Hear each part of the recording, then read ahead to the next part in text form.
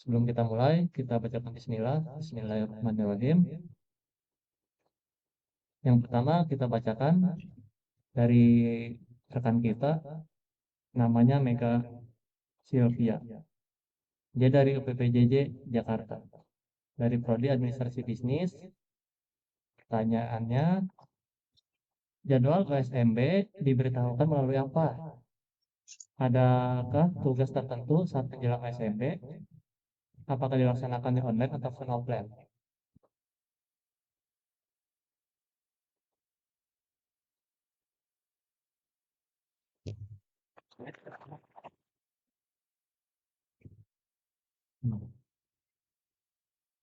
Pertanyaannya, sorry, ini pertanyaannya untuk ke siapa dan ditunjuk aja.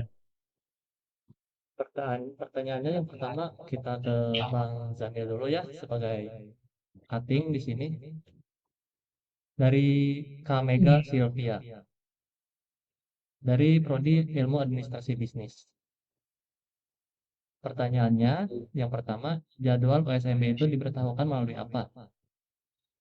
Apakah ada tugas tertentu saat menjelang OSMB dan dilaksanakannya melalui online ataupun offline?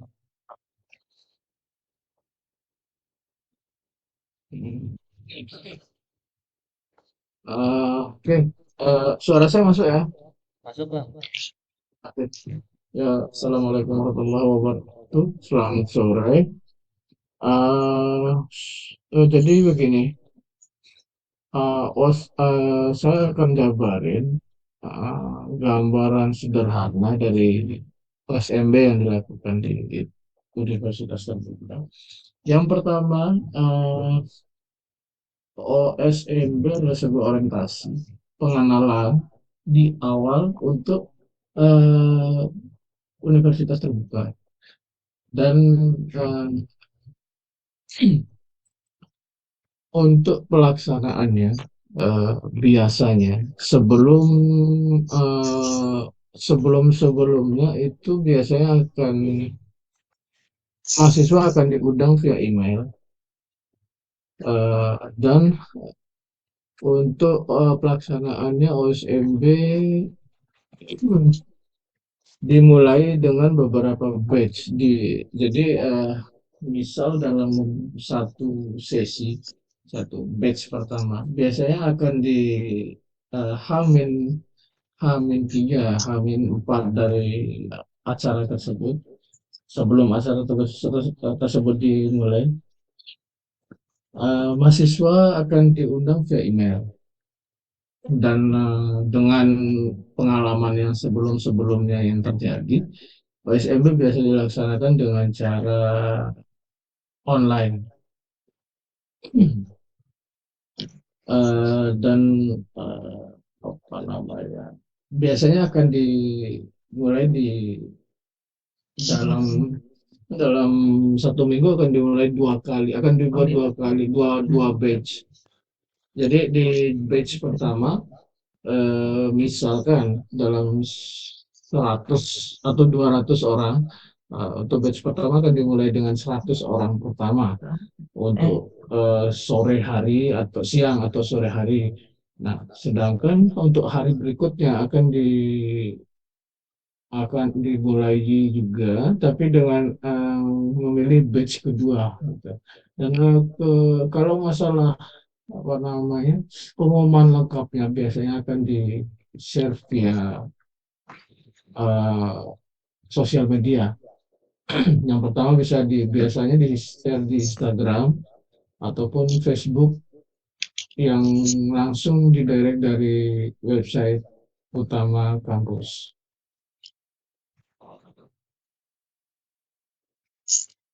Mungkin bisa membantu jawabannya. Dan selanjutnya yuk boleh dibacakan.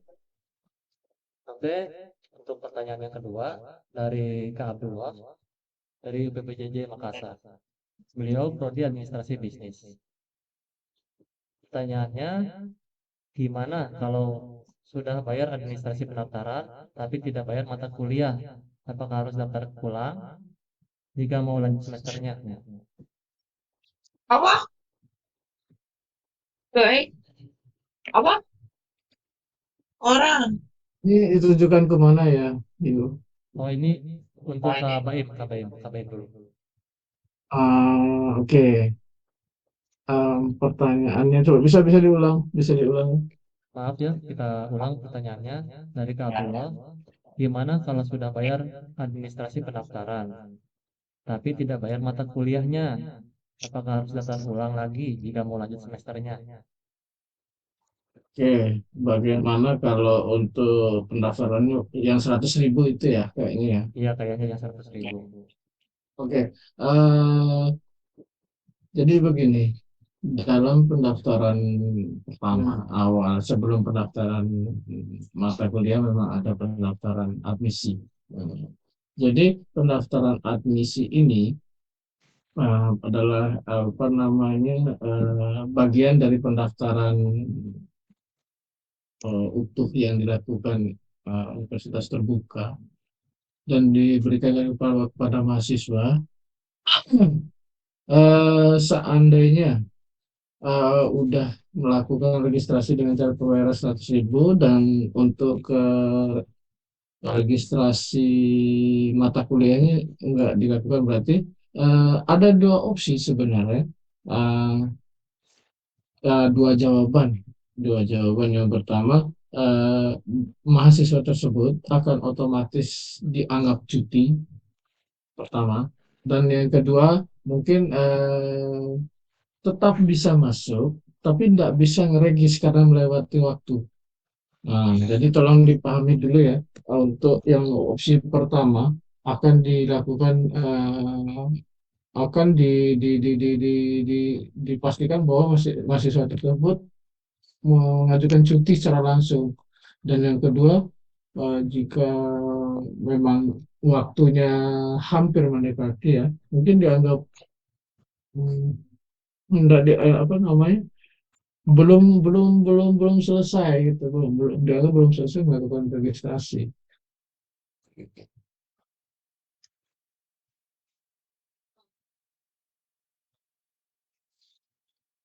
Begitu Sudah yuk dikembalikan. jelas ya? Untuk Kak Abdullah, dari pertanyaannya tadi sudah dijawab dengan jelas oleh Kak Bang Zamil. Pertanyaannya, sekarang kita lanjut ke pertanyaan yang ketiga dari Kak Rindi Subekti dari UPBJJ Bandung, Prodi Administrasi Bisnis. Apakah yang dituntut dan sangat ditekan untuk setiap mahasiswa dalam kegiatan pembelajaran, pembagian waktu, dan berikan tips-tipsnya karena saya sebagai karyawan. Dan untuk sistem nilainya seperti apa, Kak? Terima kasih banyak. Untuk Bang Zamil, gimana Bang tanggapannya? Oke. Nah, kalau untuk menurut saya gambaran yang bagus dan sistem pembelajaran apa yang bisa mengimbangi seorang seorang karyawan di UT. Jadi begini, eh, sebenarnya pilihannya tergantung kita ya, kebutuhan kita itu seperti apa. Kalau saya pribadi sebagai seorang karyawan dan juga eh, tetap ingin kuliah juga, tapi tetap ingin juga tidak merusak pekerjaan. Kalau saya sendiri milihnya Tuton. Kenapa Tuton? Tuton memberikan ruang kita sebagai mahasiswa. Nah, Di bawah. Ini era. suara saya masuk ya? Ya, ada Bang. Halo? Oh, Kalau di Inti ke Bina-Bina, mending mah. coba minta tolong di mute dulu yang lain. Ayo, Sebentar Bang. biar biar bisa enak menjawabnya. Di mute aja semua. Udah ya? Sebentar, Gimana? Udah? sebentar Bang.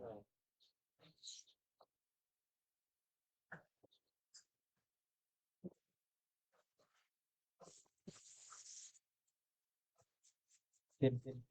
Udah Bang, kita lanjut ya. Semua sudah aku mute. Sebentar.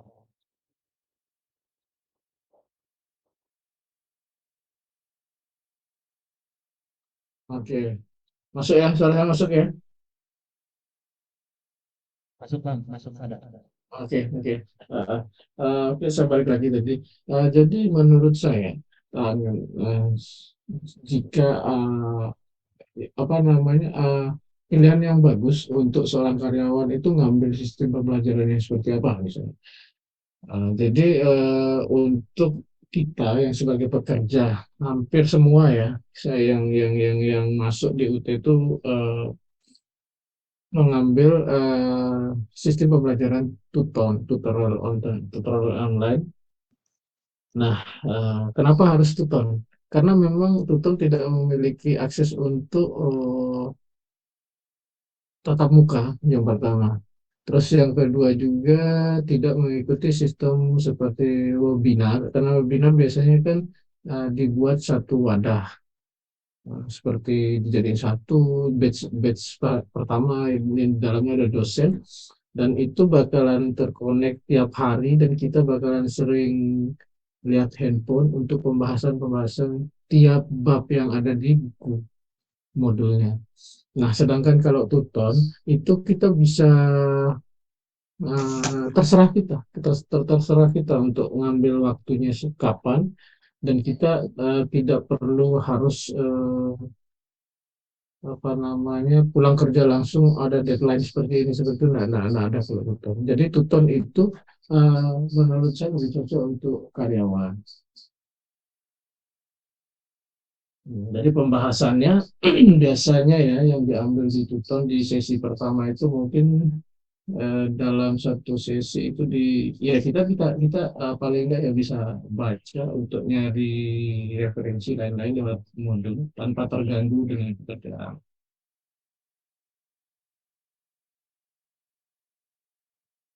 Misalnya seperti ini. Eh, jadi pagi saya kerja, saya sendiri kerja pagi. Terkadang kan schedule-nya berbeda-beda tuh. Dalam satu minggu ini saya mungkin pagi dan minggu berikutnya mungkin saya malam. Nah, kalaupun saya apa namanya bekerja di pagi hari minggu ini, berarti opsinya untuk pembelajaran saya baca di sore hari. Bakal saya untuk baca buku.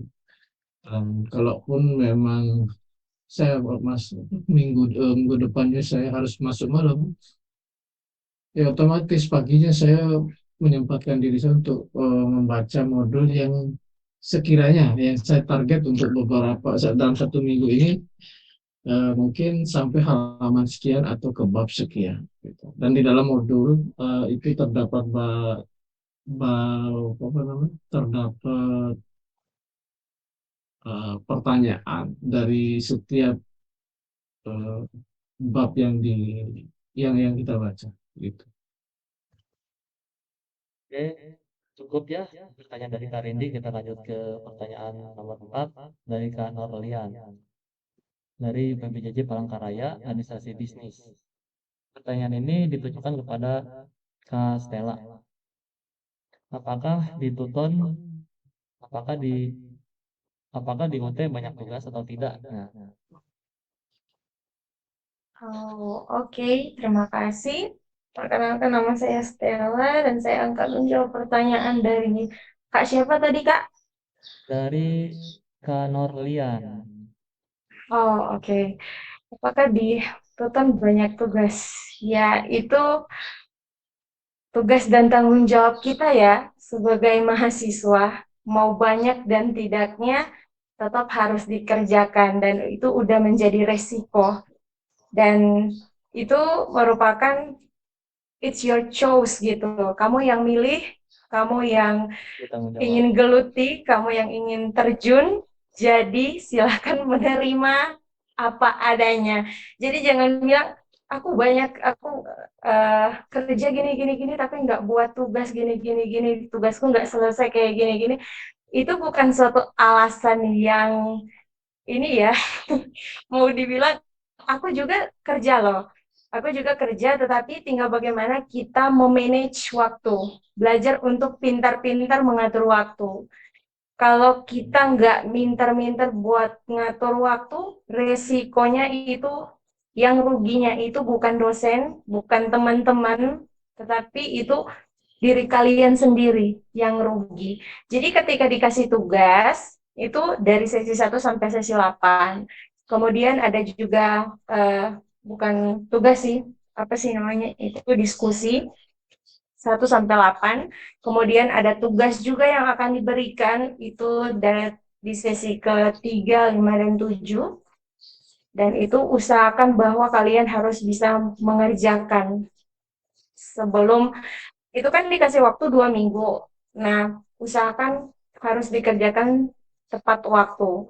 Kalau ada yang belum dinilai atau ada nilainya rendah dan lain-lain sebagainya, tanya sama dosen, Pak, ini mau direvisi nggak? Gitu. Kalau kalian nggak bertanya, sesat di jalan. Kalau nilai kalian contoh,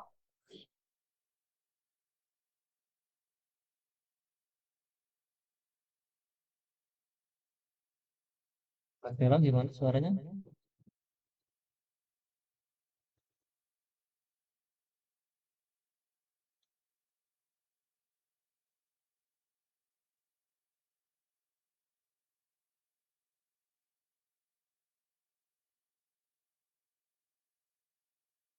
Bentar ya, ada jadi kesalahan.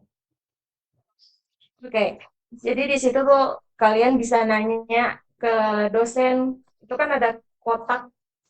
Nanti kalian yang akan pelajari di situ, kalian bisa nanya ke dosennya, Pak, ini nilai saya belum dapat, kira-kira gimana? Apakah saya harus revisi dan lain-lain sebagainya. Intinya banyak bertanya.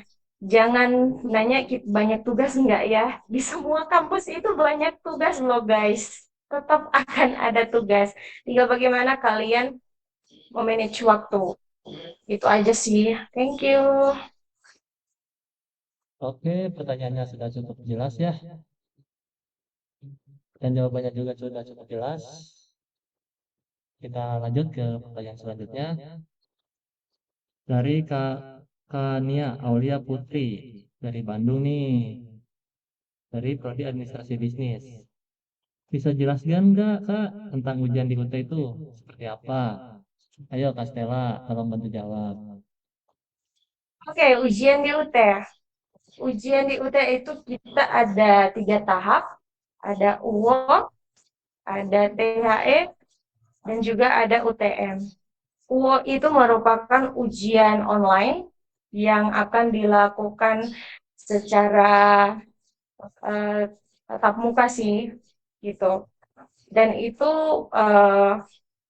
Pilgan, pasti tahu ya, Pilgan itu apa, Ganda. pilihan ganda, gitu.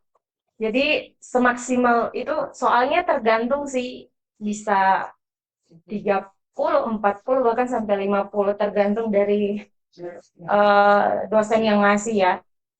Kemudian kalau itu kita ngerjainnya itu di komputer ya, gitu. Sedangkan kalau UTM, ujian tatap muka, itu kita ngerjainnya mungkin kalau teman-teman di sini masih ada yang ingat, itu kita kayak ujian nasional. Jadi nama kalian diisi, terus ada pernyataan yang harus kalian isi, ada tanda tangan kalian juga, terus itu lembar jawabannya itu harus dilingkar, bukan disilang, tapi harus dilingkar. Dan itu nggak boleh sampai keluar garis. Ya, jadi usahakan harus bisa teliti dalam mengerjakan. Karena kalau nggak teliti dalam mengerjakan, yang akan rugi juga kalian sendiri. Kemudian kalau THE, apa THE itu kita ujiannya juga dari rumah ya, ujiannya dari rumah. Dan itu kalau waktu aku dulu itu sama Kak Zamil itu pengerjaan waktunya itu dulu waktu semester 2 atau 1 ya, itu 12 jam ya. Betul, Tapi Kak. sekarang udah dikurangi jadi 6 jam. Jadi usahakan teman-teman kalau udah waktunya untuk kalian bekerja, contohnya nih si Rismawati kerjanya itu mulai dari jam 8.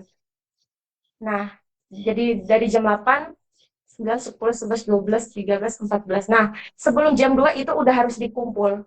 Kalau kalian ngumpulnya tepat waktu, pasti juga akan terlaksana dengan baik.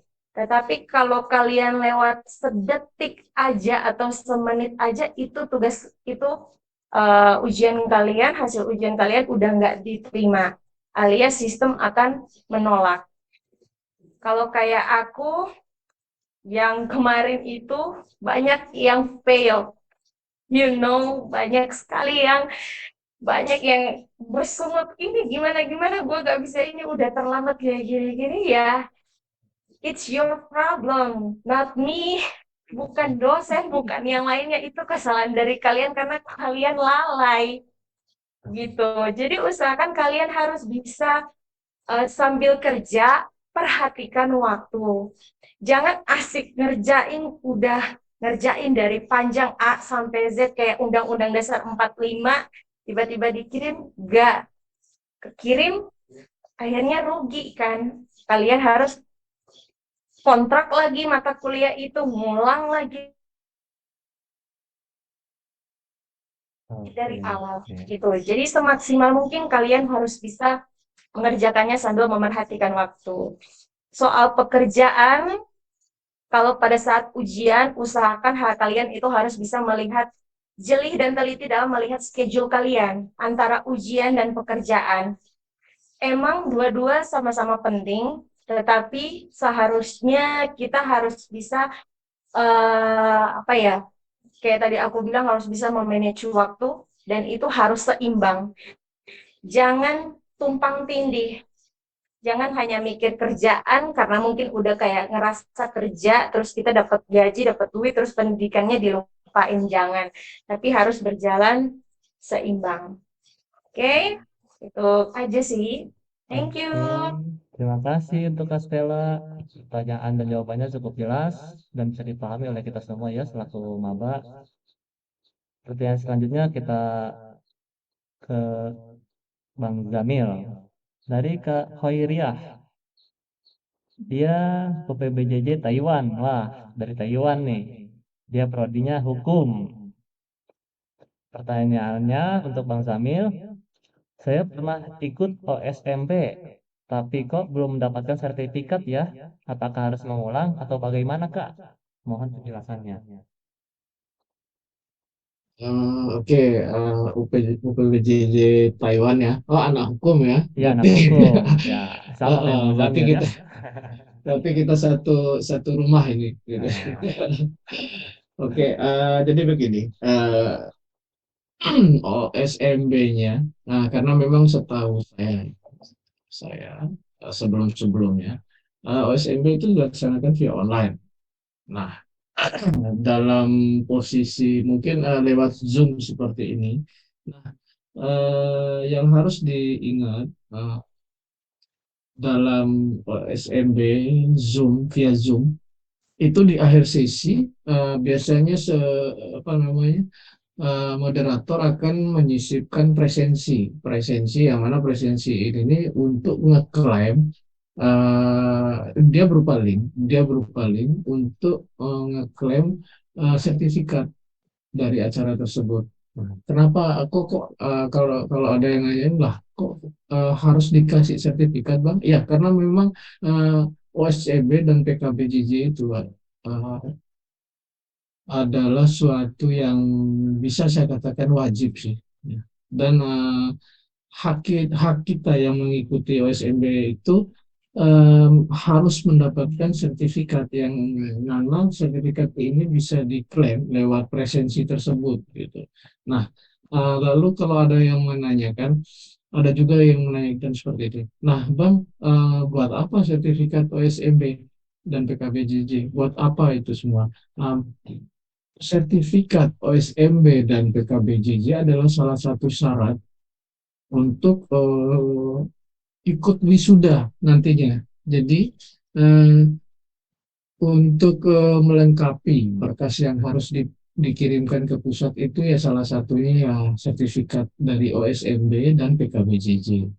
Nah, tapi ada mungkin di beberapa kampus atau beberapa UPJJ yang lain menerapkan bahwa sertifikat yang didapat itu dalam dua acara tersebut itu ada yang dijadikan satu dan ada pula sendiri-sendiri.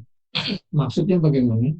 Eh, jadi sertifikat yang didapat itu terkadang ya di mungkin mungkin di Jakarta itu punya dua. Jadi satunya OSMB, satunya PKBJJ. Nah, mungkin tapi di daerah lain misalnya kayak Surabaya atau Jawa Tengah gitu kan, misalnya menerapkan dalam satu sertifikat itu udah termasuk OSMB dan PKBJJ begitu. Dan tapi ya harus dipantengin ya, harus diingat ya, setiap sesi, saya ingatin lagi sekali, setiap sesi presensi itu bakalan dikirim di akhir sesi gitu. Mungkin misal anggap saja kita ini satu sesi, batch pertama. Hmm, Nah, di akhir nanti bakalan ada presensi atau link yang dikirim untuk kita mengeklaim acara yang kita ikuti sore hari ini gitu.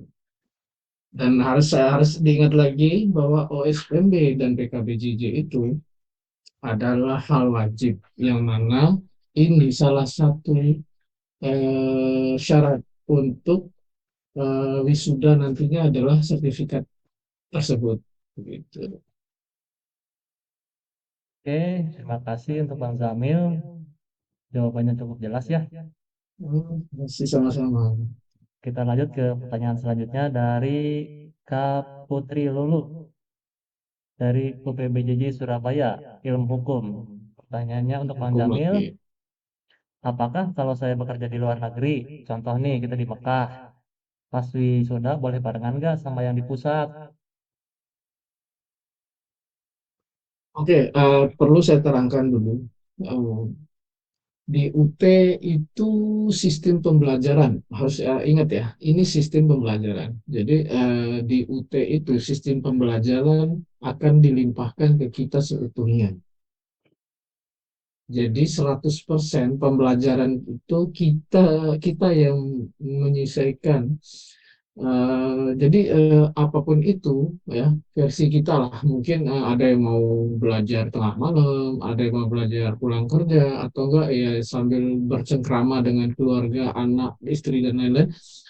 Jadi itu semua tergantung kita. Tapi yang harus digarisbawahi, yang online itu adalah ujiannya. Jadi begini, maksudnya begini. Pembelajarannya itu mandiri, tapi ujiannya itu tuh dia sistemnya kayak lebih ke arah online gitu. Walaupun di KTM apa namanya? Di KTPU itu ditulis pilihan ganda gitu. Pilihan ganda. Mungkin pelajaran mata kuliah A itu tulisannya TTM apa UTM gitu. Jadi tetap pilihan ganda, tapi berkasnya itu langsung dikirim online, di scan sama eh, dosen yang bertanggung jawab di ujian tersebut.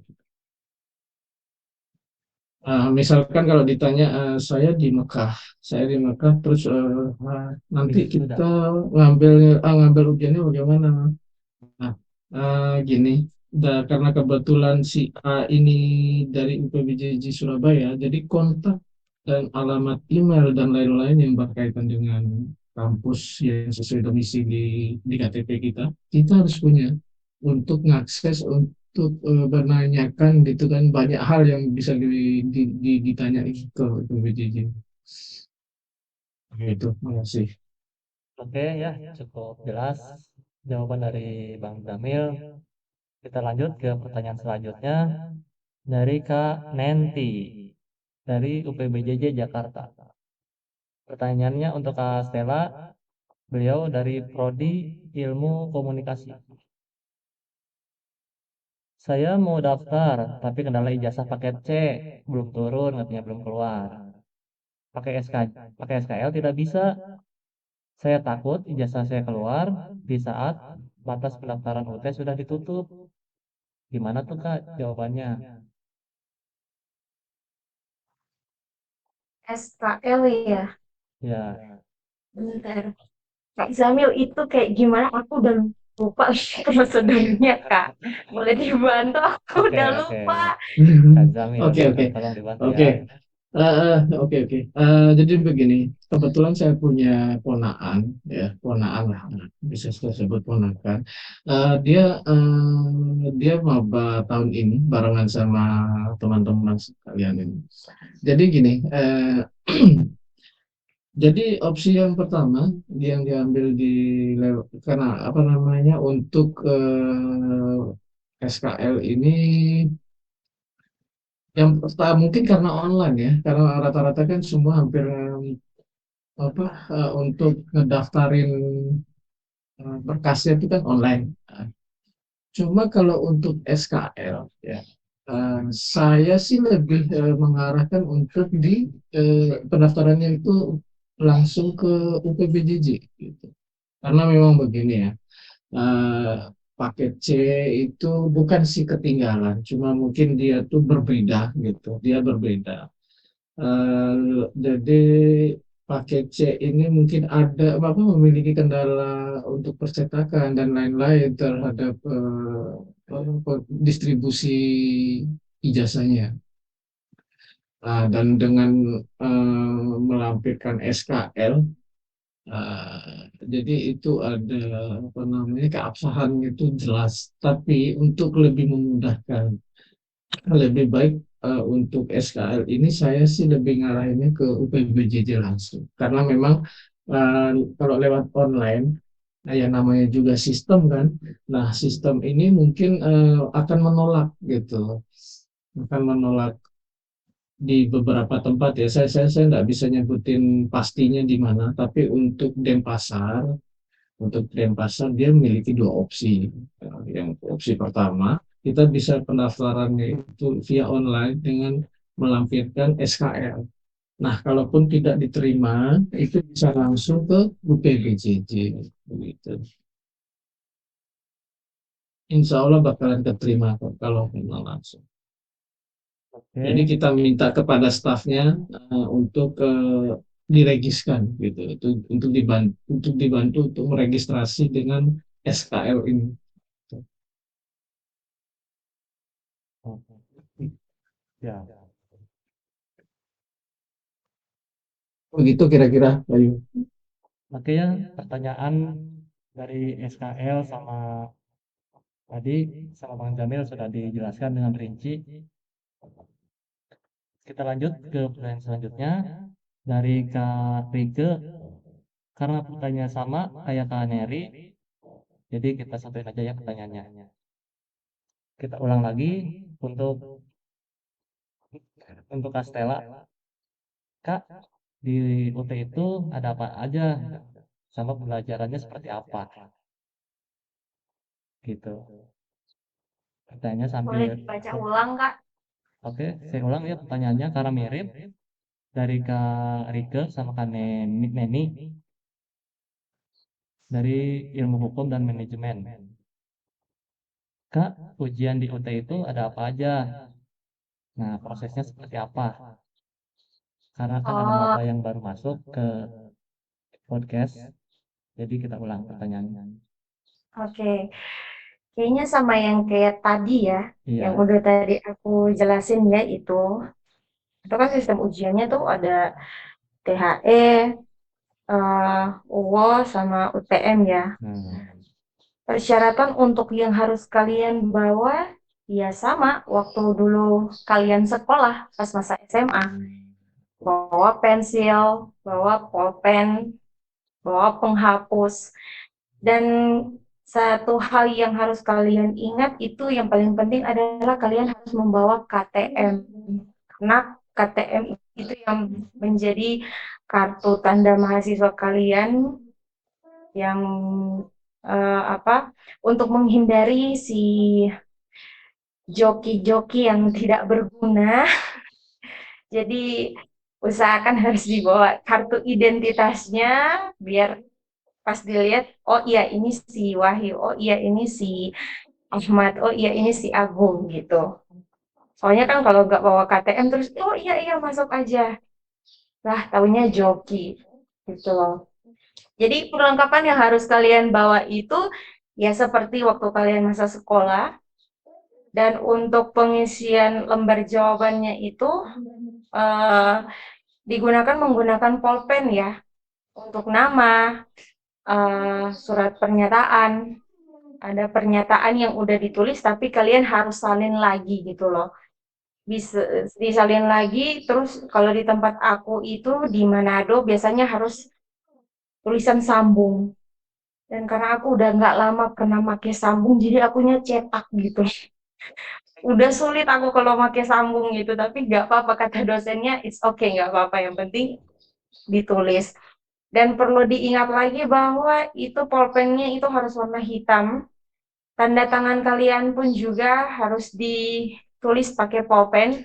Karena kemarin itu di UPBJJ aku, itu kebanyakan banyak tuh mahasiswa yang baru, itu pas waktu mereka ujian, itu rata-rata semua pakai pulpen. Akhirnya dipanggil lagi, diurus lagi, dicari lagi orangnya buat minta tanda tangan harus pakai pulpen.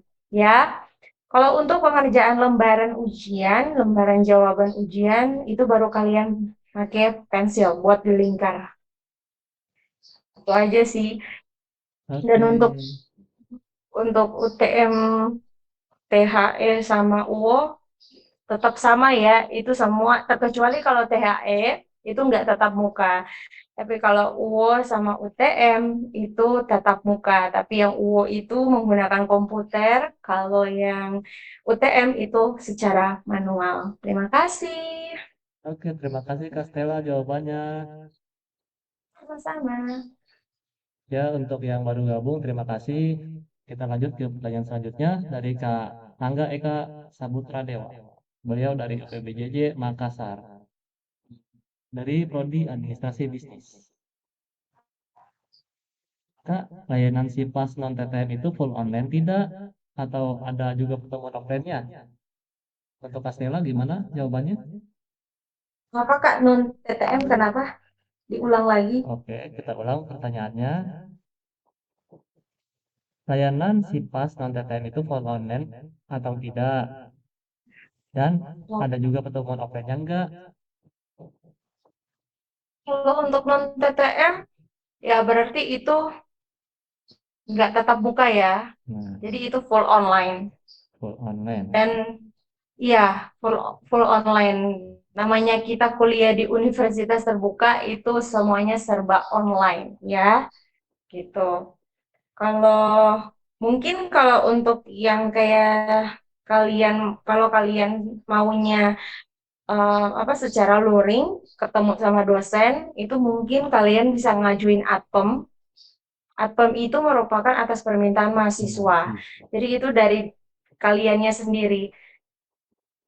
Jadi kalau si Awan mau ngajuin ATPEM, ya langsung ke universitas. Tapi itu ada tambahan biayanya yang setahu aku itu dibayar 150.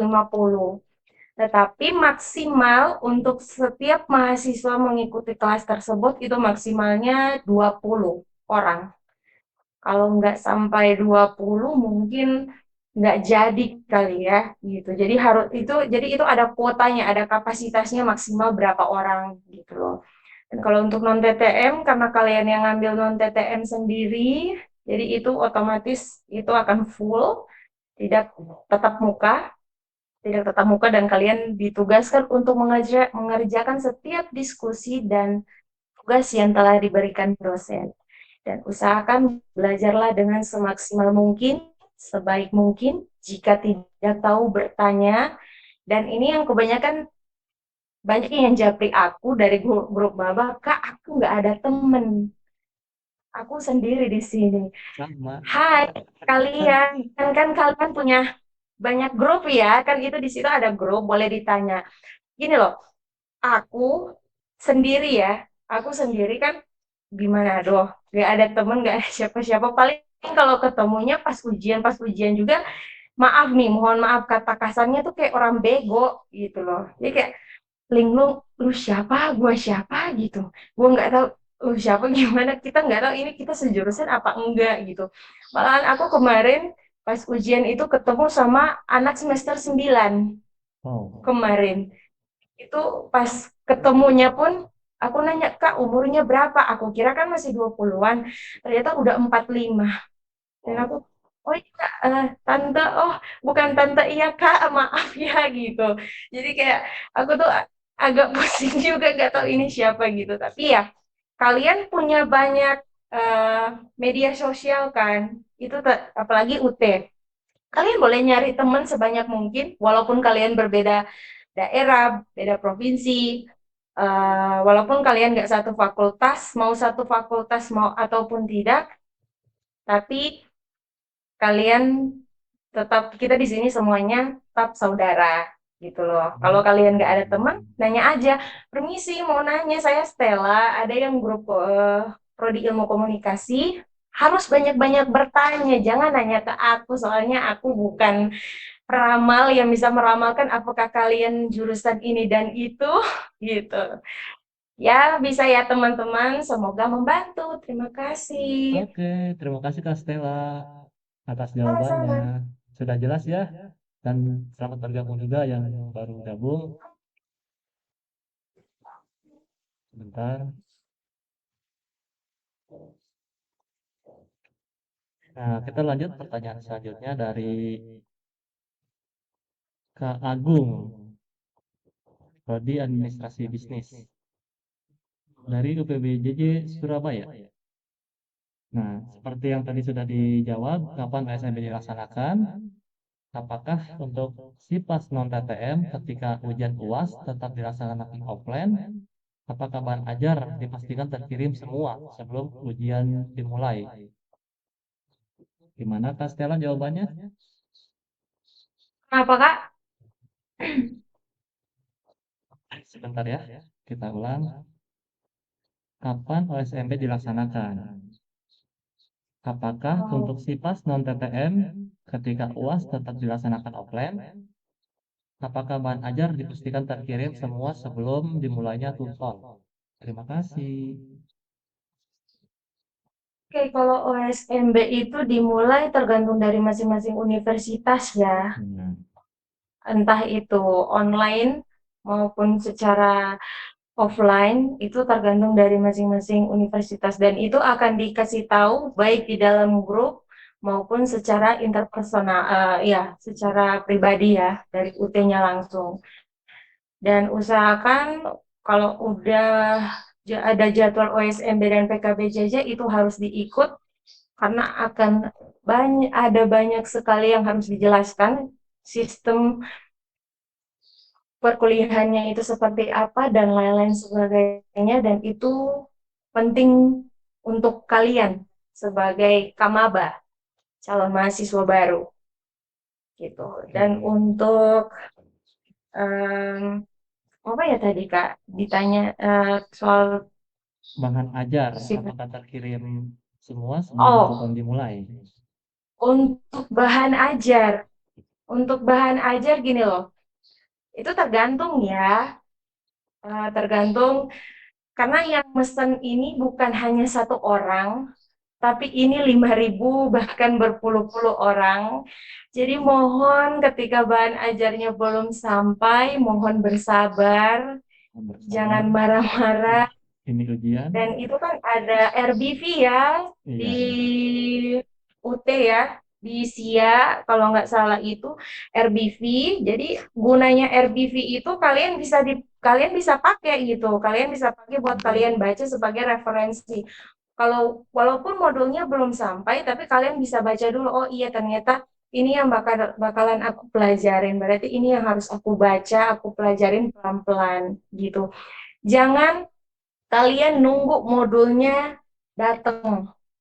Semisalnya nih, semisalnya kalau modulnya datang pas kalian itu udah mulai tutor, mau salahin siapa? Orang lain kah, dosen kah, atau diri kalian? Coba dijawab. Yang salahnya siapa? Otomatis kalian kan? Karena kan ini online. Jadi itu dari pihak UT udah menyediakan berbagai apa ya, berbagai macam fitur yang ada di dalamnya, dan itu bisa kalian pelajari. Kalau aku, ya kalau walaupun modulnya belum datang, ya belajar aja itu dari RBV dulu untuk sementara waktu gitu. Dan itu tuh kalian bisa ngecek juga, ini modulku udah sampai di mana dan bagaimana, itu ada aplikasi yang bisa kalian cek juga di situ. Dan selebihnya kalian harus banyak-banyak belajar, membaca, dan apa ya, lebih banyak memanage waktu. Itu aja sih selebihnya. Harus belajar mandiri. Karena ini kita bukan kayak secara offline, Pak, ini kayak gimana, Pak? Ini kayak seperti apa, Pak? Enggak. Tapi ini kita belajar mandiri, cari referensi sendiri, semuanya mandiri. Jadi harus belajar mandiri gitu. Mungkin itu saja yang bisa disampaikan. Semoga membantu. Oke, terima kasih Kak Stella. Untuk Kak Agung sudah jelas ya, pertanyaannya dijawab oleh Kak Stella. Untuk Kak Ahmad Sofyan, pertanyaan berhubung sama, jadi tidak kami sebutkan. Kita lanjut ke pertanyaan selanjutnya kepada Bang Zamil. Nah, ini dari Kak Tita Seli Forwati dari Denpasar, administrasi bisnis. Ada yang bilang manajemen mirip dengan administrasi bisnis. Boleh tahu bedanya apa ya, Kak? Silakan Bang Alif, Bang Jamil. Eh, Oke, jadi antara manajemen dengan administrasi bisnis ya. Iya, katanya ada yang Ah, bilang mirip.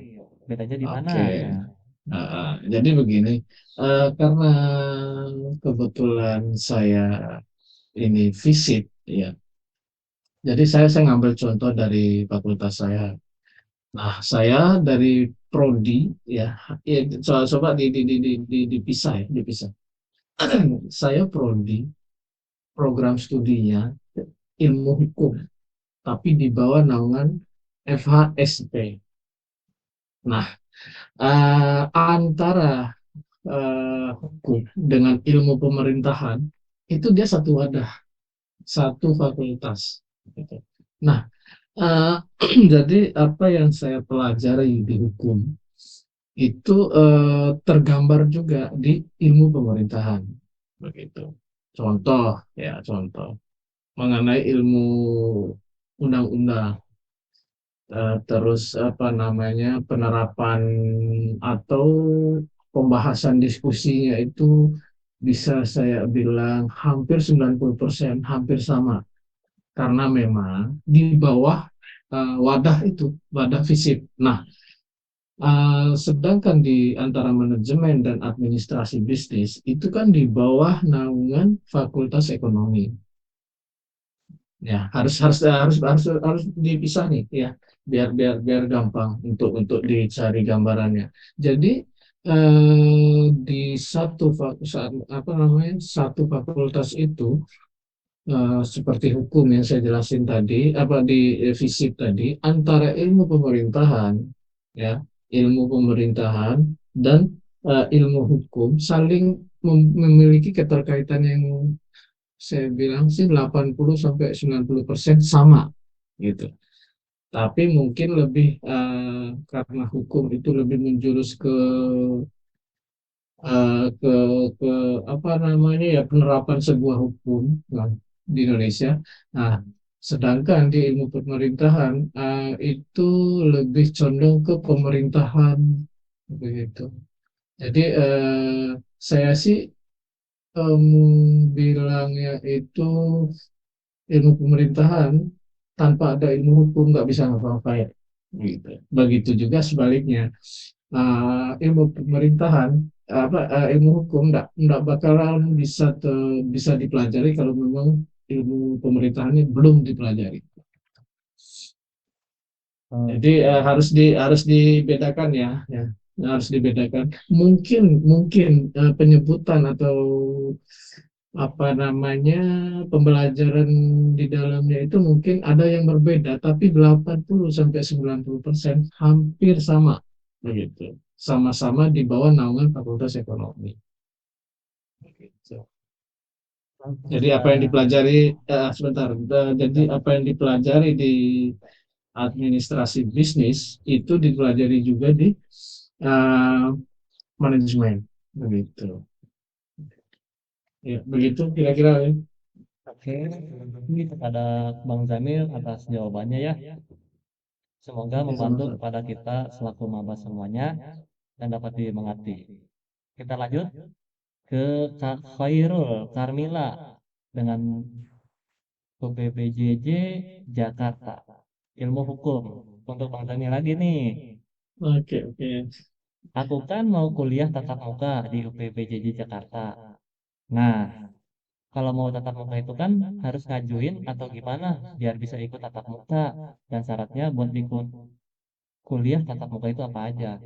Nah, karena banyak yang baru gabung, mungkin belum tahu dari awal, silakan Bang Jamil jawab. Oke, mau mau kuliah tatap muka ya. Iya. Jadi begini, seperti yang Stella jelaskan tadi, untuk masuk ke sistem pembelajaran tatap muka ya, tatap muka. Iya. Jadi ada APEM atas permintaan. Mahasiswa. Jadi itu bisa diajukan atau enggak nih opsi lainnya. Eh, saya manggilnya abang kakak aja lah di sini ya biar lebih intim gitu.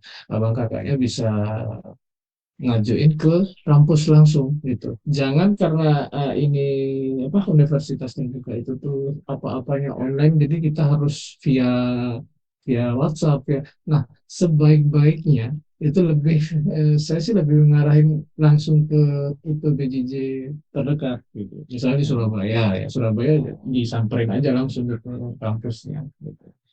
Terkadang begini soalnya apapun yang berkaitan dengan perkuliahan ya.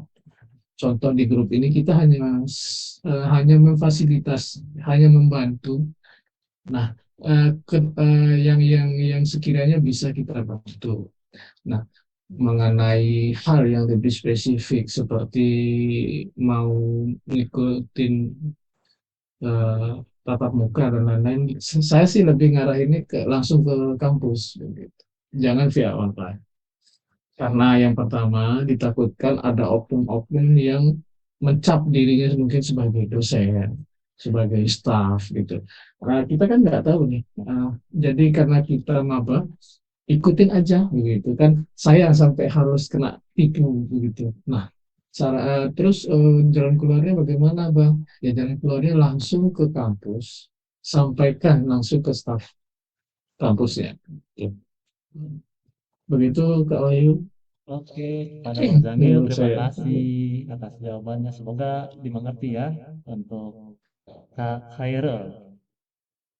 Kak Khayarul Khayatul, wah namanya belibet. Aduh, belibet.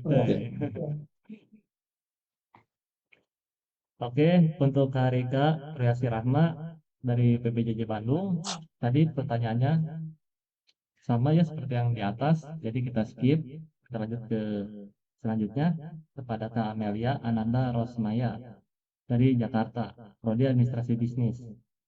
Ini juga sama, pertanyaannya seperti yang di atas, seperti Kak Rika ya,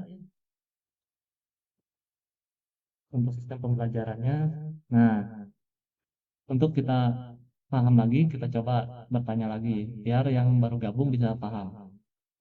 Dalam sistem pembelajaran yang online, jika kita kurang mengerti dan kurang paham dalam suatu materi atau tugas, apakah bisa bertanya langsung ke dosen? Pertanyaannya dengan bagaimana? Dan apakah ada batas, misalnya sebulan 2 kali untuk permintaan tatap muka? Terima kasih. Nah, bentar, Anu, ngacak ini. ngaca ini kayaknya. Bentar. Ini pertanyaannya. Bentar, kita ke selanjutnya. Ya skip aja. Kita skip aja. Ke Kak Atik Hidayati dari BPJJ Jakarta, Ilmu Administrasi Bisnis. Assalamualaikum, waalaikumsalam warahmatullahi wabarakatuh.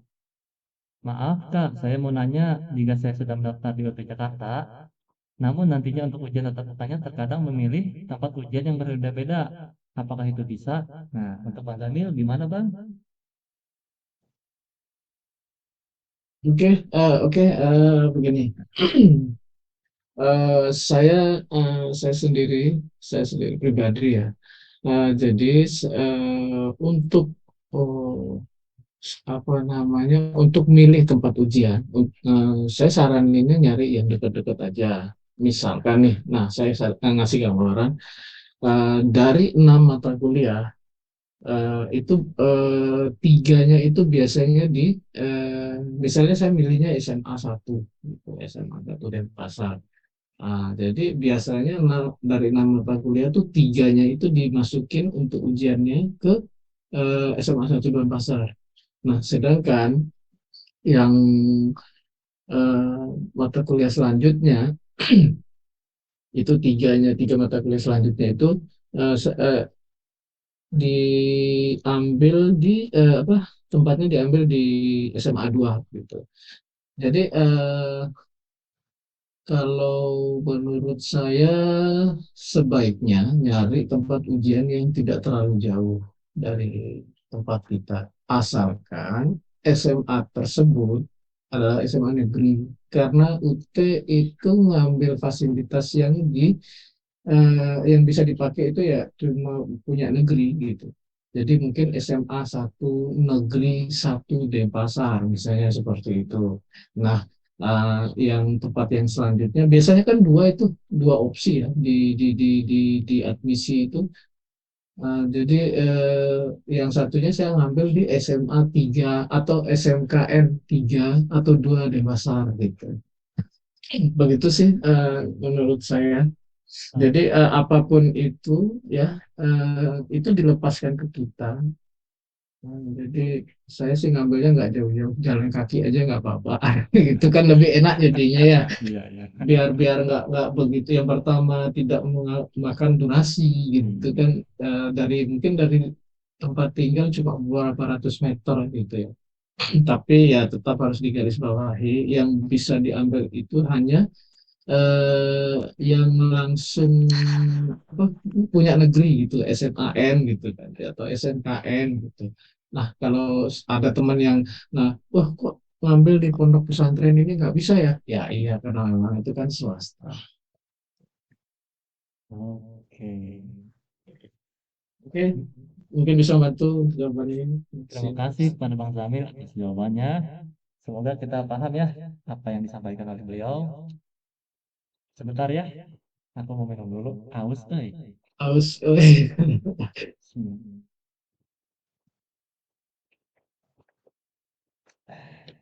itu di kolom chat banyak juga ya pertanyaannya. Iya. Nanti ya untuk yang di kolom chat kita jawab setelah pertanyaan yang di website kemarin kita jawab semua, baru kolom chat kita sebutkan satu persatu jika Oke. waktunya mencukupi. Oke, kita lanjut ya ke pertanyaan selanjutnya dari Kak Putri Mawati dari Medan nih, Bang Zamil. Dia dari ilmu administrasi bisnis. Apakah di UT wajib punya laptop untuk mengerjakan tugas, serta kelebihan dan kekurangannya ketika memakai laptop atau HP? Gimana Bang Zamil? Oke, untuk masalah ini sebenarnya saya udah nge-share di Kongko ya. Nah, Jadi teman-teman bisa lihat langsung di Kongko. Terkadang begini, ada satu personal yang mungkin dominannya ke handphone ya. Jadi kemana-mana dia tuh update dan lain-lainnya via via handphone gitu. Jadi, nah untuk sementara ini sih yang saya tahu ya, untuk Tuton itu tuh aplikasinya ada di Play Store. Aplikasinya ada di Play Store namanya Moodle. Gitu. Saya udah nge-share kok di Kongko mengenai hal ini. Karena memang begini, hampir semua orang itu tuh lebih dominan memakai handphone. Nah, ya mungkin alasannya ya berbeda-beda. Salah satunya mungkin lebih praktis ya. lebih ke arah praktis kalau pakai handphone. Cuma yang harus digarisbawahi, untuk Tuton ini saya jelasin untuk Tuton ya, karena memang yang terdetek sampai saat ini untuk sistem pembelajaran di UT itu cuma Tuton yang bisa diakses via aplikasi. Hmm. Jadi eh, di aplikasi itu saya udah make sih sebenarnya, agak sedikit mengecewakan. Lebih lebih ngarah ke gimana ya? Jadi saya ngikutin Tuton dan paginya itu saya ngabsen by phone, by pakai via aplikasi. Nah ternyata setelah saya cek lewat laptop, ternyata absensi yang saya udah centang tadi pagi itu belum belum masuk. Ya, itu untuk hari pertama. Terus hari kedua saya nyoba lagi. Saya mikirnya, oh mungkin pagi karena terlampau pagi, masih pagi banget kan. Mungkin server atau dan lain-lain atau jaringan sedang bermasalah. Akhirnya saya coba di hari berikutnya untuk absensi di sore hari, seperti jam-jam sekarang. Nah, nanti malamnya saya cek lagi sekitar jam 11. Saya ngeceknya pakai laptop dan ternyata sama. Ternyata sama.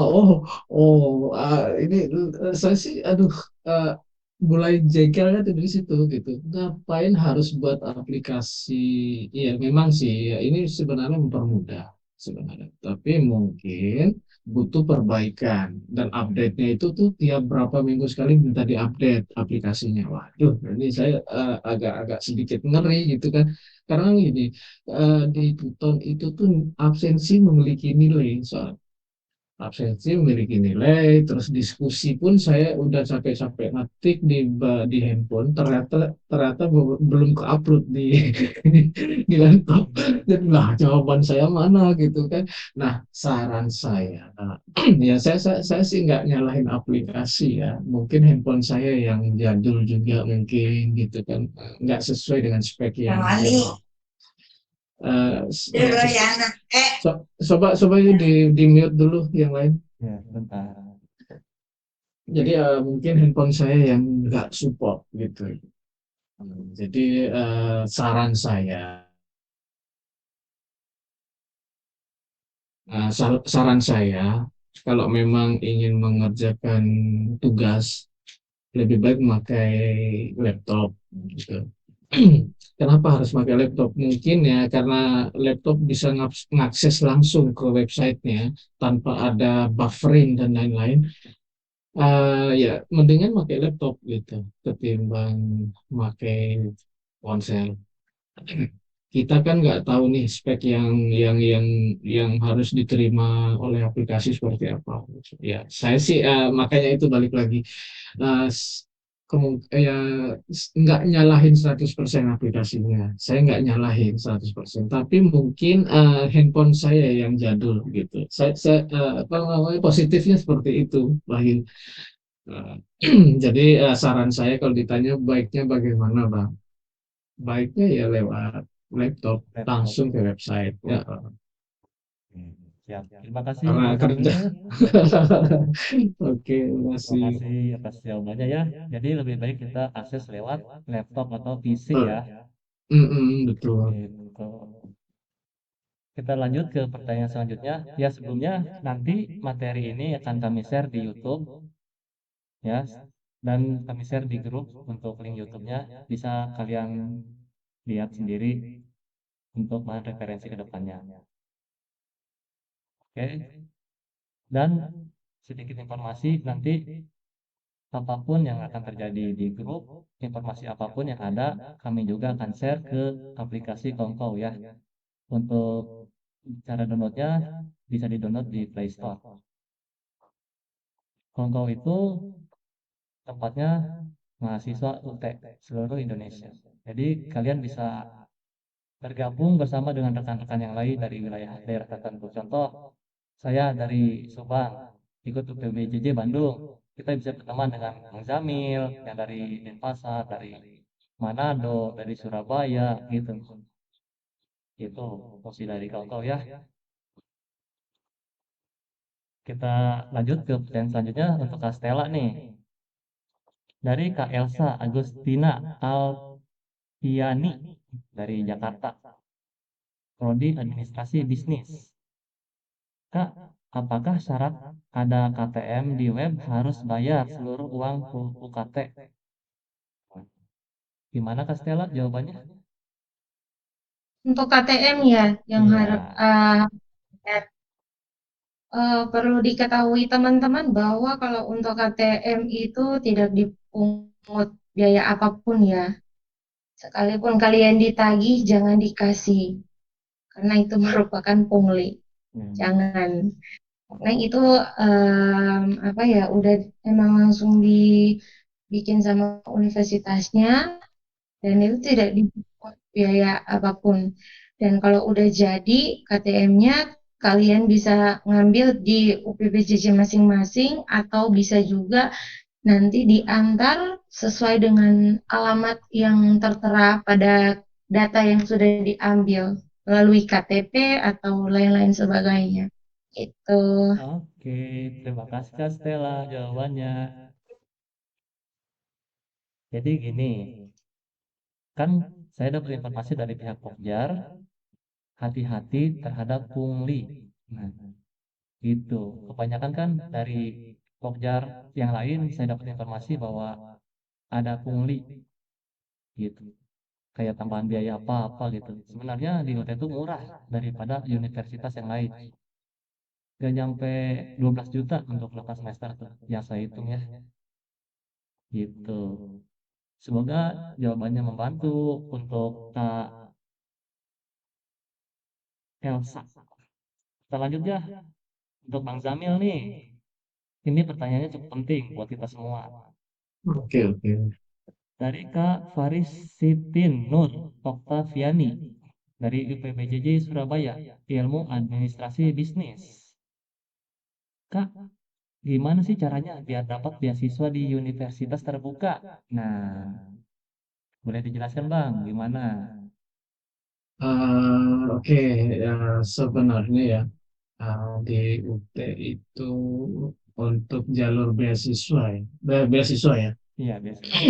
Nah, biasanya sih kita itu balik lagi ke pernyataan Wahyu sebelumnya itu yang barusan, jangan percaya terhadap oknum yang mengatasnamakan UT ya terkait ya beasiswa dan lain-lain ini juga ya termasuk sih sebenarnya. UT sendiri ngadain beasiswa itu biasanya uh, ada langkah tersendiri gitu. Kalau di kalau di pengalaman saya sebelumnya ya di kampus yang lain, kampus biru itu, Ah, ah. Jadi dia tuh saya sih apa, di kampus biru itu ada beberapa apa namanya ada beberapa blok gitu blok untuk pengajuan beasiswa. Yang pertama itu beasiswa karena luar kota, itu mungkin nggak ada di UT gitu. Itu beasiswa, jadi saya aslinya itu dari Bima NTB. Nah, karena saya kuliah dulunya itu di Denpasar dan ini di luar dari provinsi saya ya, karena memang Bima itu masuknya ke Nusa Tenggara Barat. Terus sedangkan di Denpasar ini beda provinsi ya. Itu syarat untuk mendapatkan beasiswa luar kota namanya. Itu di kampus biru ya, kampus biru di sebelah gitu. Itu yang pertama. Terus yang kedua adalah eh, dengan cara pengajuan. Pengajuan kita memastikan kepada kampus eh, kampus tempat kita belajar bahwa saya akan dalam dalam semester mulai dari semester 1 sampai semester 3 kita menjanjikan untuk mendapat nilai bagus. Itu yang ada di ya saya sebut Udayana Denpasar gitu ya biar biar biar yang lain paham. Di Udayana Denpasar tuh dia memiliki dua lini gitu. Dua lini, yang lini pertama ya karena memang luar kota, mahasiswa luar kota, luar daerah lah istilahnya ya. Eh, Terus yang kedua adalah kita mengajukan diri dan berjanji untuk sejak semester 1 sampai semester 3 itu kita menjanjikan kepada pihak kampus untuk mendapatkan nilai tidak nggak boleh C gitu ya. Jadi kita yang mengajukan diri.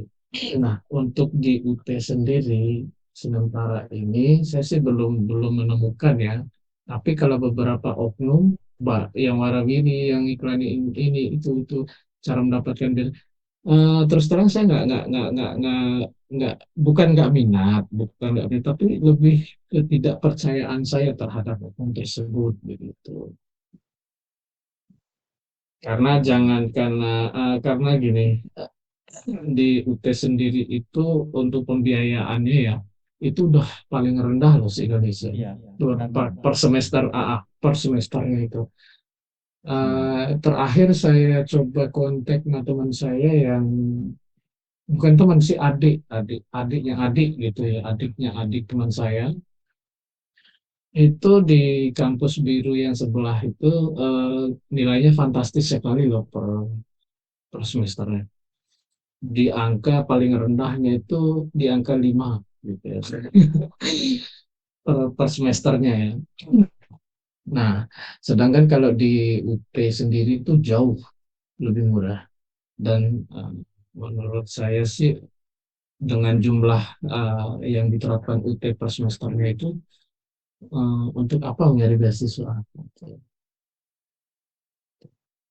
pendidikan, kecuali ya memang dari rektorat itu membuka lini untuk uh, siapapun yang punya yang gelarnya komplut gitu kan, di wisudanya itu mungkin akan didirect ke luar negeri, dibiayai oleh pemerintah dan lain-lain. Mungkin hal itu ada, tapi untuk sementara ini belum gitu, belum sama sekali. Belum. Biasanya kalaupun ada pasti bakalan diumumkan di website UT sendiri. Begitu. Begitu Kak Wayan, semoga Oke, membantu. terima kasih Bang Zamil atas jawabannya. Oke ya Kak, semoga jawaban tersebut bisa membantu dan kepada kita semua juga bisa lebih paham lagi dan lebih baik ke depannya untuk semangat belajar. Nah, untuk diinfokan nanti bulan berikutnya juga akan diadakan Zoom lagi ya, tapi untuk tahap selanjutnya gitu. Informasinya nanti akan kami share di grup. Oke, kita lanjut pertanyaan selanjutnya. Tadi ada yang bertanya, Zoom selesai sampai jam berapa? Nah, kita selesai sampai jam 6. Kita Zoom 2 jam. Biar apa? Oke. Biar yang lain yang baru masuk bisa mengikuti. Oke. Nah, kita lanjut ke pertanyaan selanjutnya dari Kak Medianto dari UT Palangkaraya Ilmu Hukum nih untuk Bang Zamil. Bagaimana cara akses THE hingga unggah jawaban? Oke. Tadi sebenarnya Stella udah jabarin ya. Iya. Oke, saya ulang lagi lah. Karena memang perlu sekali pengertian masalah THE. Jadi begini, ekon exam ini tahun lalu itu tuh dia punya durasi 12 jam pengerjaan. Nah, tapi di tahun ini entah kenapa dan bagaimana ya saya kurang paham sih. Jadi jadi kok sekarang itu durasinya dipotong jadi 6 jam. Nah, eh, untuk alurnya itu saran saya eh, seperti yang Stella bilang tadi, untuk ngakses THE ini coba pikirkan waktu yang benar-benar lapang gitu. Jadi harus disesuaikan dengan waktu yang benar-benar kira-kira ya untuk setelah setelah diambil gitu kan untuk ngunggah soal ya. usahakan setelah unduh soal ini, jangan sampai ke depannya itu abang atau kakaknya nggak punya spare waktu gitu. Eh, Baiknya bagaimana? Baiknya begini, pada saat mengunduh soal itu harus dikerjakan langsung dikerjakan, terus langsung diupload biar nggak ke pending gitu. Karena memang begini, eh, apa namanya, terkadang dalam satu sesi itu pada saat kita mau mengunggah jawaban kita itu ribuan orang juga memakai akses yang sama. Biar nggak apa namanya, ya namanya juga kan online ya, kadang-kadang kan server tuh bisa down karena memang banyak aktivitas di dalamnya. Jadi saran saya ini saran ya, biar biar gampang dipahami.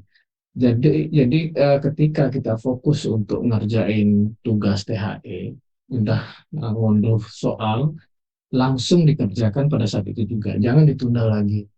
Nah, mengenai kita nguploadnya itu ya, sekiranya udah dijawab semua begitu, langsung aja di upload. Nah, jadi jangan dikasih spare waktu lagi gitu. Jadi harus benar-benar persiapan matang tuh, cemilan, air minum gitu di sebelahnya itu. Jadi sambil ngetik-ngetik sesuai referensi dari buku modul atau referensi atau referensi lainnya.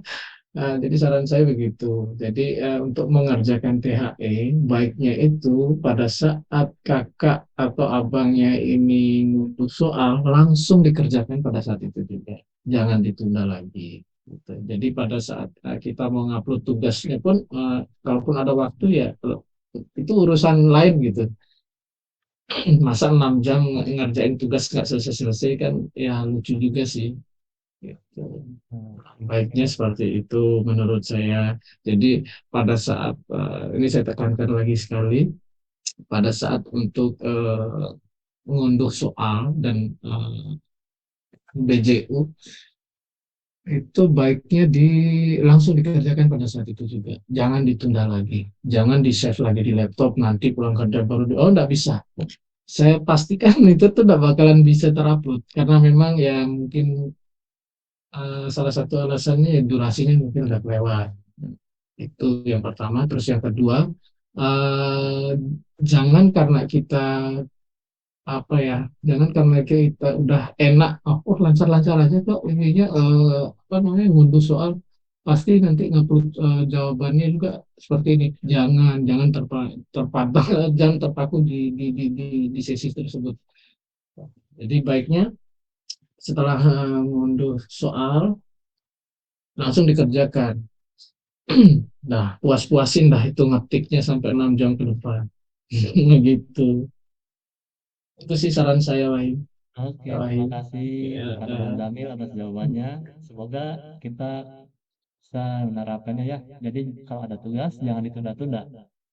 Sekali kita langsung kerjain, dilaksanakan. sekali kita nyebur, basah-basah sekali ya. Nah, basah sekalian. Nah, jangan Gitu. main air sedikit-sedikit kalau nyebur, Nah, karena basah-basah. karena lebih ngarah ke durasi sih menurut Iya, saya. waktu Kalau terbuang. kalau masih memakai standar yang tahun lalu sih ya nggak apa-apa, 12 jam. Kita ngerjain 12 jam tuh sampai kenyang. Oke, next. Kak Ayu, silakan. Oke, terima kasih atas jawabannya. Ya, kata dokter, minum itu yang baik 2 liter sehari. Nah, sebentar ya, aku mau minum dulu. Capek ternyata ngebahas. Sebentar ya, iklan. Oke, oke.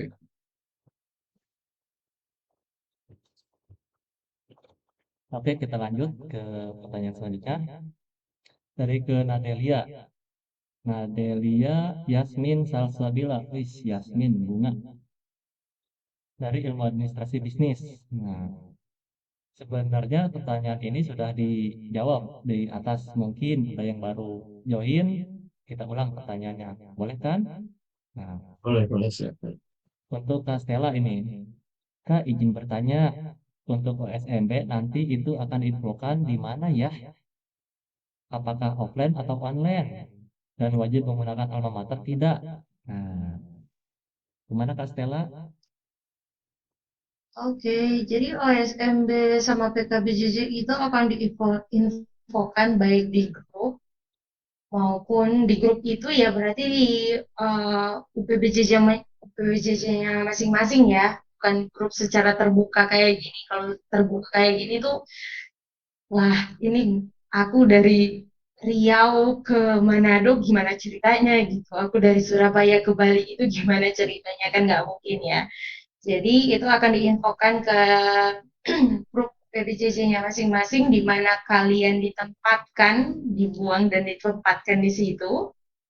Dan itu akan dilakukan baik secara online maupun offline. Dan untuk dalam menggunakan alma mater selama mengikuti PKBJJ dan OSMB itu wajib ya untuk Kamaba. Karena mengingat kita ini hanya memakai setahun sekali dalam seumur hidup kita, alma maternya habis dipakai udah disimpan lagi pas ujian ya datang lagi sama alma mater ini itu. Aku aja pas kuliah pas pakai almat itu orang-orang di sini tuh ngira aku anak UI. UI ya? Bukan Kak, Universitas Halo, halo. terbuka. Terbuka di mana? Di di ada di tempat aku di situ. Oh, dikiranya anak UI, bukan Kak, universitas terbuka Kak. Matanya tolong dibaca ya Kak. Ini universitasnya gitu.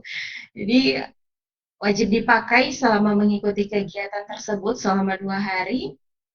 Nah, itu sangat-sangat berharga ya untuk kalian sebagai kamaba. Demikian, terima kasih. Oke, terima kasih Kak Stella. Nah, gitu ya. Jadi alma mater itu wajib dipakai karena setahun sekali. Takutnya badan kita ngelebar, alma maternya kekecilan. Oke, kita lanjut ke pertanyaan selanjutnya. Untuk Bang Zamil nih, dari Kak Amelia Kartini Putri MRG. Wow, panjang juga ya namanya. Dari UPBJJ Bandung, Prodi Manajemen. Apa sih Kak suka duka kuliah online? Boleh Kak, silahkan dijawab untuk Bang Jamil. Oke. Menurut saya pribadi ya, karena memang saya ngambilnya hukum. Nah, suka dukanya kita itu, jadi begini, saya punya teman satu angkatan, itu namanya Wahyu. Namanya Wahyu. Enggak, ini serius ya. Ya, Eh, ya. kalau kalau Wahyu moderator sekarang ini lebih ngarah ke anak kayaknya ya. Enggak, bercanda ya. Canda, Jadi canda. gini, saya punya teman itu di prodi hukum juga, satu angkatan juga gitu kan, di pasar, punya di pasar.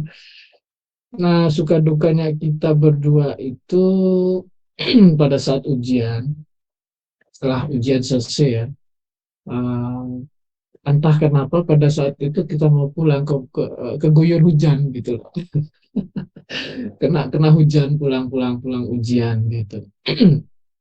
Langsung mungkin ya karena memang bercanda gitu kan bareng sama teman, akhirnya Wahyu bilang, eh, Bang, nanti kalau ada apa-apa samperin saya ke rumah ya, saya kayaknya nggak apa ngerasa nggak enak bagaimana gitu, kayaknya letih lesu nggak jelas gitu gitu Wahyu pada saat itu. Ternyata besoknya memang dia kecelakaan gitu kan.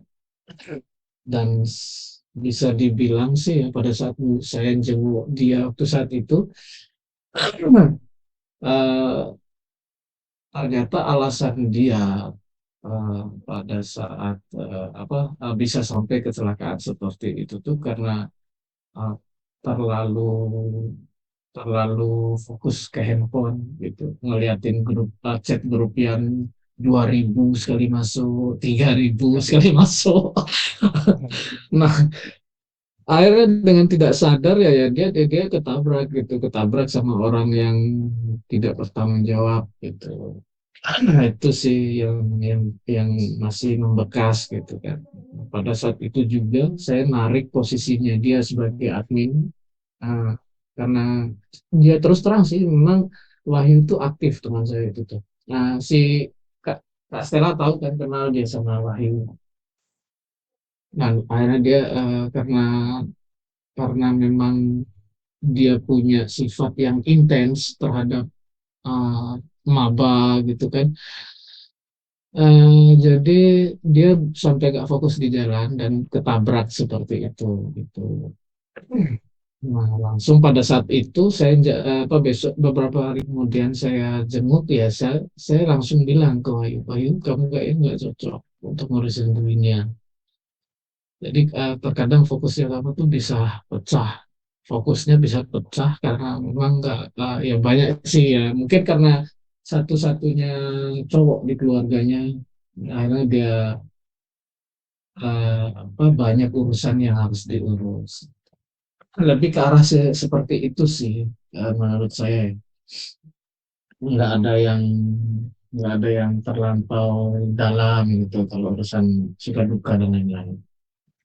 Dan dan juga yang harus diketahui sama teman-teman ya, suka duka yang paling tidak enak dalam UT itu adalah di mana saat kita ngupload tugas tapi ternyata nggak ke-upload. Lumayan gak sih? Iya, iya betul. Ini pengalaman pribadi. Untungnya THE waktu saat itu tuh 12 jam loh ya.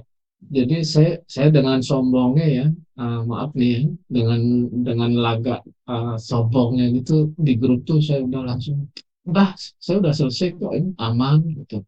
Akhirnya ada beberapa teman saya yang bilang, Bang Yamin, kayaknya servernya down ya. Wah beneran balik lagi saya, padahal saya udah keluar nih, udah keluar mau nimbrung ke teman-teman yang lain ya. Waduh, balik lagi saya ngecek ternyata betul. Jawaban saya itu nggak ke-upload ya.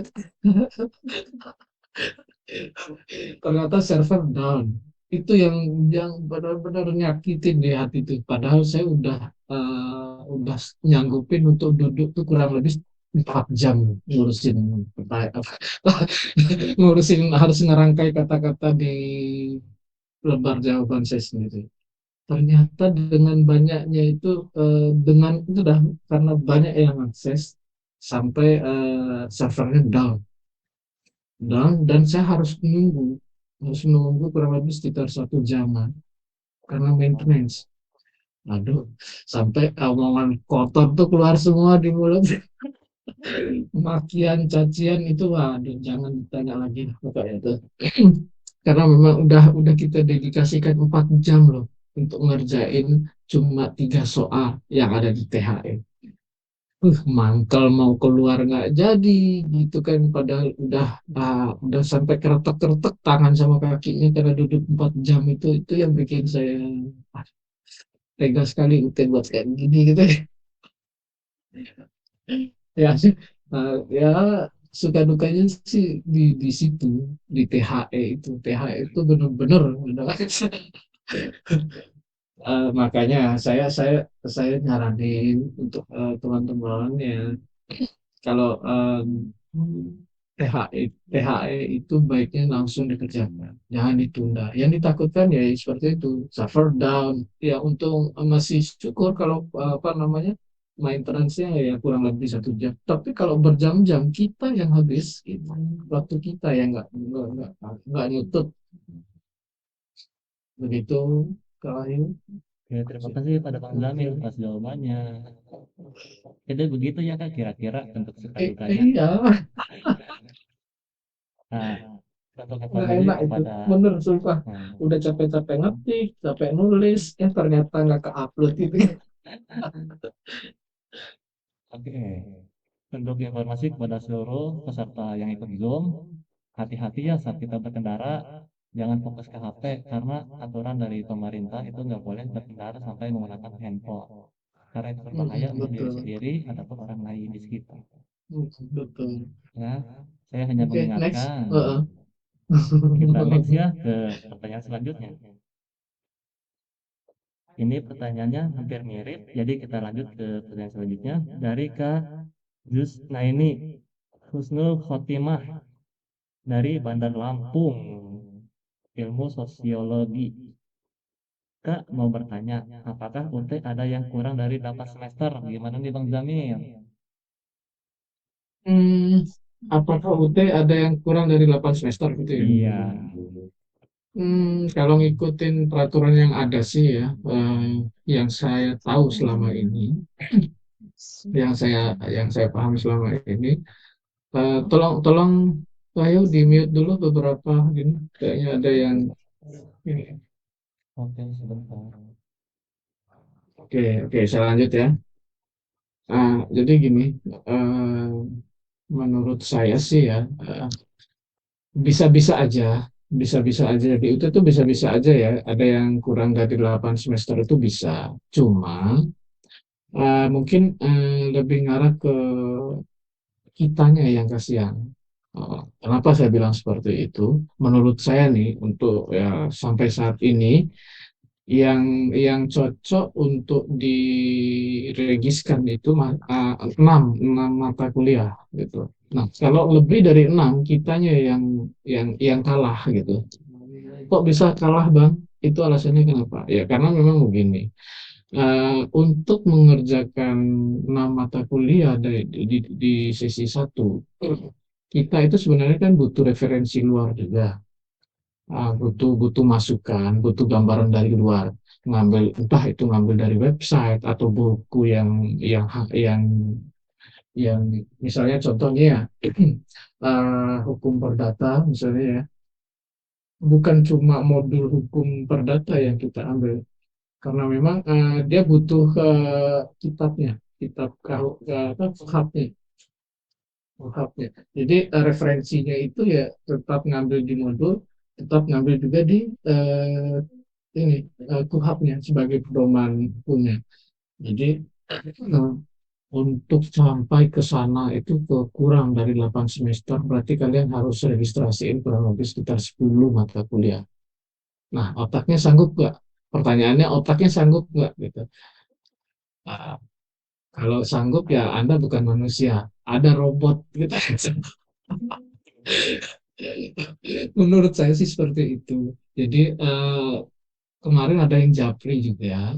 Ada yang bilang, Bang, saya boleh nggak karena saya non sipas, boleh nggak saya ngeregis kurang lebih sekitar 8 atau 9 mata kuliah? Oh silakan, saya bilang. Kalau kakaknya mau ya silakan, saya bilang. Tapi yang harus diingat, menurut saya 6 mata kuliah itu udah maksimal, gitu. 6 mata kuliah itu udah maksimal, nyita waktu kita dari pagi sampai malam. Nah, lebih dari itu berarti Anda bukan manusia. Mungkin lebih ngarah ke apa ya? Mungkin nih orang belum jadi robot gitu kan? Oh nggak tahu capek, nggak tahu apa. Karena ya dalam sehari kita kan sebagai pekerja butuh waktu istirahat mungkin kurang lebih 1 atau 2 jam. Tuh, pulang pulang kerja kita istirahat 1 2 jam, baru kita baca lagi bukunya gitu kan. Terus di apa namanya, dipahami satu persatu gitu kan. Oh, keterkaitannya antara ini dengan itu gitu kan. 6 mata kuliah tuh bisa hampir buat muntah loh. Saking gini, bisa pusing kepalanya. Nah, apalagi mau ngejar sampai kurang dari 8 semester. Oh, itu Anda bukan manusia. Begitu aja capnya sih. Begitu, Kak Wahyu. Oke, terima kasih. Kita lanjut ya ke pertanyaan selanjutnya karena di daerah Wit dan Wita sudah memasuki maghrib. Selamat menunaikan ibadah sholat maghrib bagi yang menjalankannya. Karena di waktu Indonesia Barat sebentar lagi juga maghrib, jadi kita persingkat. Kita lanjut ke pertanyaan selanjutnya dari Kak Oktaviani. Dari administrasi bisnis, apakah di UT ada organisasi kemahasiswaan? Gimana Bang Jamil? Oke. Ini jadi begini, saya punya teman namanya Bang JJ. Mungkin sebagian teman yang bukan maba di sini itu tahu, kenal gitu. Jadi universitas terbuka sendiri itu tidak memberi ruang untuk ormawa, organisasi mahasiswa. Entah itu yang mengarah ke eh, apa namanya pro kontra dengan kebijakan pemerintah, ataupun cuma sekedar organisasi mahasiswa per fakultas gitu. Nah, apapun alasan dari seseorang yang mengajukan untuk buat sebuah organisasi, itu bakalan nggak keterima sebenarnya dari pihak UT-nya sendiri. Karena memang pada dasarnya UT tidak ingin memiliki organisasi mahasiswa gitu. Dan dulunya tuh pernah ada, tapi sekarang udah berubah, dan mungkin teman-teman tuh bisa bisa mungkin ada beberapa ya yang join di sini, itu namanya Permata, dan foundernya itu Bang JJ. Dia yang menjadi founder dari apa namanya organisasi mahasiswa yang namanya Permata. Tapi sekarang dulunya sih si BEM gitu, BEM dibentuk seperti BEM, cuma entah kenapa setelah beberapa tahun berdiri akhirnya diganti namanya jadi Permata gitu, Persatuan Mahasiswa Universitas Terbuka. Dan di dalamnya itu AD/ART-nya itu udah lengkap gitu. Nah, di antara ormawa lainnya sih di luar dari GMMI ya, Permata ini dia kiblatnya lebih ke arah pendidikan. Sedangkan GMNI dari terbentuknya di tahun berapa ya, kurang berapa lupa saya. GMNI itu memang ada, kalau GMNI lebih ngarah ke apa namanya, bukan keras tapi lebih lebih sering sering apa namanya ya, lebih sering bertentangan dengan gini, dengan pemerintah gitu, dengan kebijakan yang ada. Nah, kalau ditanya ada nggak Bang? Ada, cuma sekarang udah berubah gitu. Udah nggak ngarah ke BEM sih, lebih ngarah ke status apa namanya, lebih ngarah ke pendidikan gitu. Jadi lebih mengedukasi setiap mahasiswa UT itu untuk apa namanya, loyal gitu kan ke arah pendidikan. Nah, GMNI sejak terbangunnya sampai sekarang itu posisinya masih sama seperti dulu gitu. Saya ya memang anggota GMNI juga gitu, anggota Permata juga gitu kan. Ah, jadi kalau saya bilang GMNI dari sejak dia berdiri sampai saat ini kebijakannya itu tidak pernah berubah gitu. Tetap melawan, tetap apa namanya, membawa isu-isu miring dari pemerintah gitu, melawan melawan isu-isu yang nggak jelas dari pemerintahan Indonesia sampai saat ini. Sedangkan Permata udah update. Jadi yang dulunya ya BEM seperti halnya kampus yang lain, tapi sekarang udah berganti baju, berganti apa pandangan, lebih ngarah ke pendidikan. Nah, dan untuk kita sendiri ya, kita juga punya ini organisasi mahasiswa yang namanya Forsolut kan, Forum Solidaritas Mahasiswa Universitas Terbuka. Nah, jadi kita labelnya dari aplikasi Kongko ini, aplikasi Kongko yang sering saya share di beberapa grup, itu landasannya ya Forsolut gitu. Forsolut jadi landasan pacunya Kongko gitu. Tanpa ada Forsolut, Kongko juga kemungkinan belum tercipta ya sekarang gitu. Jadi kalaupun ada teman-teman yang nanyakan ini Kongko ini sebenarnya apa sih gitu kan, lebih mengarah ke edukasi gitu. regulasi yang pertama, terus yang kedua menyatukan mahasiswa dari ujung ke ujung.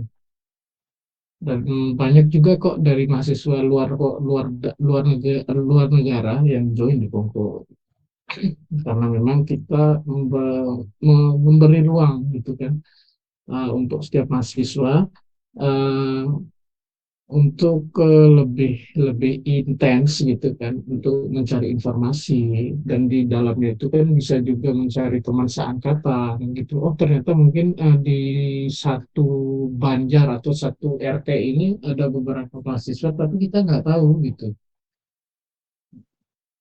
Jadi seperti itu. Eh, Kalau ditanya ya ada atau enggak, ya nggak ada. Rata-rata organisasi mahasiswa yang ada ini dia dia berdiri sendiri, dan pembiayaannya pun eh, dibiayai dari anggota gitu. Seperti itu Bang Ayu. Oke, terima kasih. Oke. Untuk pertanyaan selanjutnya, Kak Isa, bisa saya jawab sendiri ya. SMP itu wajib menggunakan alma mater, iya wajib. Pemilihannya tuh bisa online, bisa ke PBJJ, gitu. Asal warnanya sama dan ada logo UT-nya, gitu. Terus selanjutnya pertanyaan dari Kak Helen Salsabila. Nah,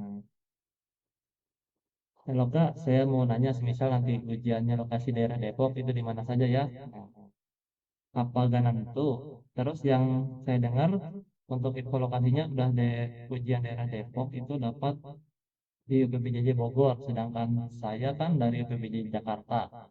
Jadi untuk mengetahui info di UPBJJ Bogor itu di mana ya Kak? Dapat dilihat di IG UPBJJ Bogor atau menghubungi langsung UPBJJ Bogor. Sekiranya kakak ada yang punya info atau kontak, mohon diinfokan untuk antisipasi nanti. Terima kasih. Nah, untuk kontak, nanti kita bisa sharing-sharing di grup-grup ya. Sering bertanya, Kak ada yang dari Bogor nggak? Ada yang dari Sumatera, ada yang dari mana? Gitu. Kita harus sering-sering komunikasi, gitu kan? Karena komunikasi itu penting. Nah, kita lanjut ke pertanyaan selanjutnya dari Kak Mas Yuni. Untuk mencari teman di Kongko di UT itu sebenarnya gampang. Yang pertama kita punya banyak grup, punya relasi kan kalau udah banyak grup. Nah, terus ada aplikasi Kongko tuh untuk menyatukan seluruh mahasiswa yang ada di seluruh Indonesia maupun di Indonesia dan di luar negeri. Itu. Kita lanjut ke pertanyaan selanjutnya dari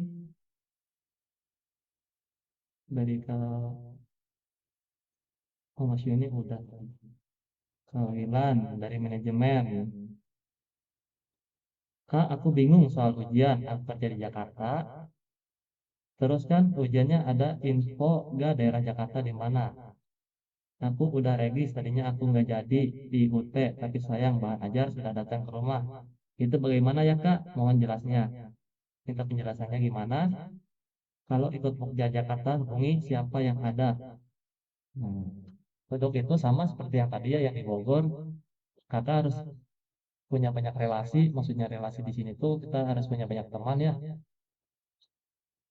Fungsinya teman itu yang pertama kita komunikasi, dan yang kedua kita bisa sharing-sharing, saling bertanya. Karena ini waktunya mau jam 6, jadi saya persingkat ya, mohon maaf. Nah, sebentar ada pertanyaan lagi yang lebih spesifik.